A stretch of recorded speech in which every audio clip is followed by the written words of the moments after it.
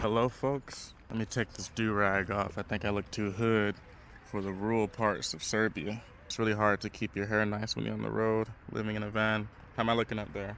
Am I looking good? I think so. Come on, dog. Let's go. Walking the dog out here in Subotica, and I've been wondering about this topic for a while. I've been talking to some friends who are also in the van life, some friends who are full-time digital nomads. And in the black community, this is a big topic as well. And the question of are passport bros looking for conservative partners generally?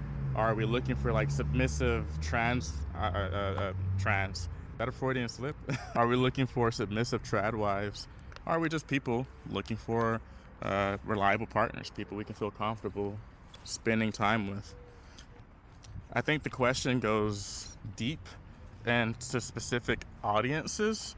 So, in the black community, without a doubt, there are a lot of men who leave America looking for women who are more agreeable. I wouldn't say submissive, but more agreeable. And I say that in a sense that a lot of black women in America have this stereotype that they are argumentative. You just can't have peace in your own home.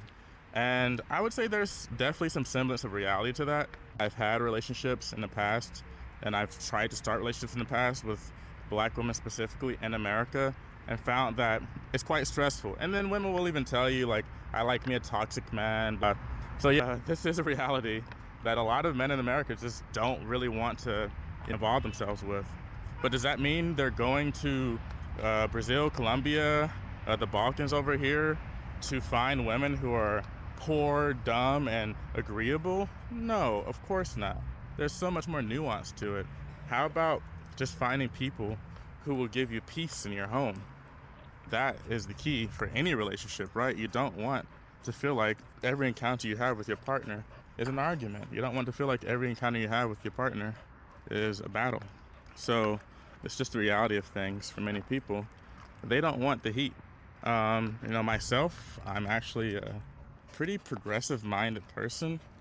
I'm a liberal. I'm a Democrat. I vote for people I think are going to do the best for progressing social welfare for others. So that means I don't really date conservative women.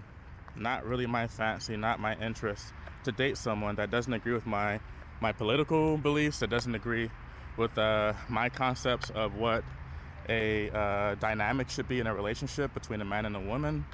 Basically, where I find myself in passport bro circles is actually I'm not that much of a minority. There are a lot of other passport bros out there that are looking for a partner that has their own job, their own opinion, their own life, but they're looking for a partner to share it all with. So you would say, well, in America, you could have all those things too. Yes, but there's a lot of cultural differences that make it a lot harder for those relationships to work long term. And when you're traveling to a place like Serbia, where I am currently, and you meet a woman who has a master's degree, who is beautiful and really family oriented, who wants nothing from you but kindness and caring and truth, you feel like that relationship has more vitality. Is that the term? No. You feel like it is more stable. You feel like if you just found a nice routine and a nice friend group in the local area where she lives, that you could actually probably find yourself in a loving, caring relationship that will last long term. You can't say that for all places and all people. I would say in Serbia, for example, you're definitely more inclined to meet more conservative-minded women because it's just the culture here. But they're open-minded in the sense that if you come from a different background, they're still willing to take you in as a potential partner. I think most of it has to do with the fact that Serbia has been a very inclusive country for a long time, but not every country is so inclusive. For example, I would argue if you went to a place like Greece or Italy, you could find an amazing partner in these countries as well, but they are a bit more insular. Turkey, another example, a very insular country. They're nice to you if you're a stranger, but good luck finding your wife there. So, you know, For myself, if you're also a progressive-minded passport bro, I would argue that the best places for you to go are places where there's a lot of social welfare systems, a lot of, say, a lot of people who are politically inclined to march the streets and shout and voice their opinions. You're going to end up outside of America meeting people who agree with your political stances, which is important, which kind of goes in hand with your cultural preference. Um, and then obviously you're going to find ideal partners outside of America. I found myself, a lot of the places that a lot of passport bros say they don't want to go, I enjoy going to. For example, London, Barcelona, Brussels. These are places that a lot of passport bros avoid because they're just like, oh yeah, it's too hard. Pickup game or whatever, it's too hard over there. It's hard to meet a girl. It's hard. These women are harlots. They'll denigrate them and say that they're loose or something, which is kind of funny because, well, if you're going to a new city for like a week to meet a girl and she goes on a date with you, well, isn't that kind of loose behavior anyway? Come on.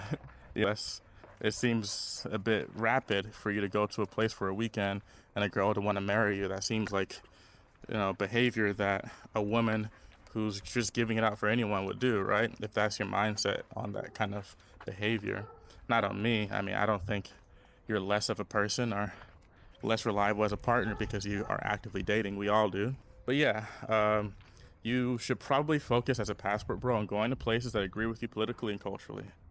Passport bro community is very, very dynamic. There's a lot of types of people out there. You can't just say all passport bros are looking for traditional, submissive, breedable young women to marry. It's just not the reality of things. The real, poor dog over there, he's tied up. The real reality of it is a lot of men are leaving the West to find people they feel like are more concerned with living a simplistic life with a reliable partner who's content.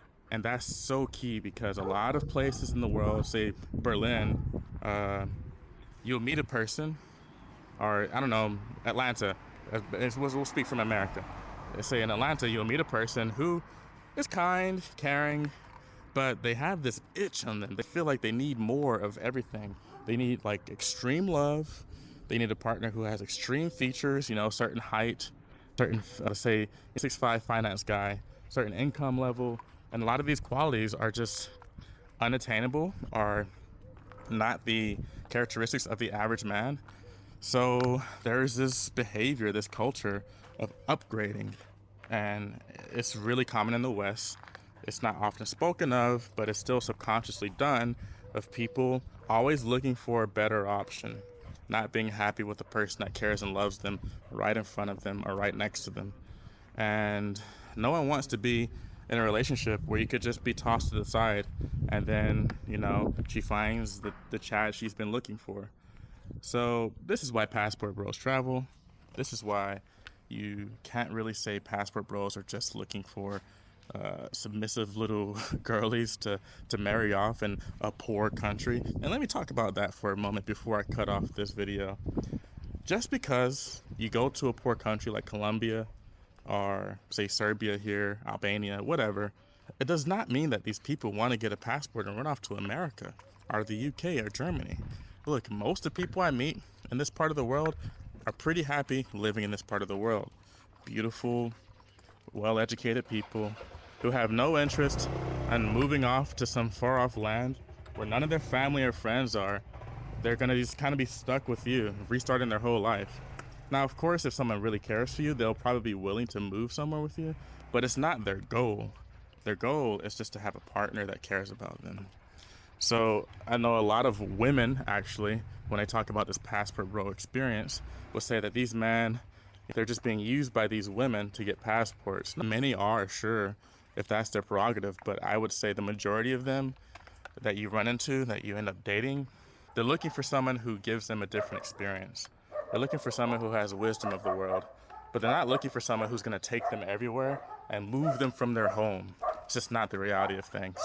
It's actually quite sad that women are attacking other women, denigrating them, calling them poor because they live in a country that has a lower GDP. that doesn't make them any lesser than you.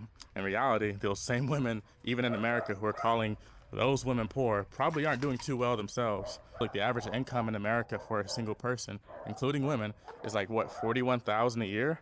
That's before taxes. So what you're sitting at home making 2,500 a month, talking about people being poor when you can barely afford to pay rent yourself. So who's really poor?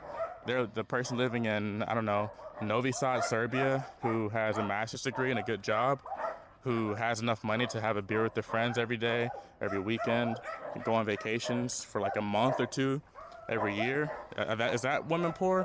Or is a person poor that lives in Atlanta and makes $3,000 a month and can barely afford to keep their rent, their bills paid, that has to reach out to friends and family or hustle to get by? I would say that the person in America is the poor one. So that's nice. Come on, dog. Let's go. All right. I'm wrapping this up. Cheers. Hope my input helped somewhat on this topic. Wish you all the best. Adios.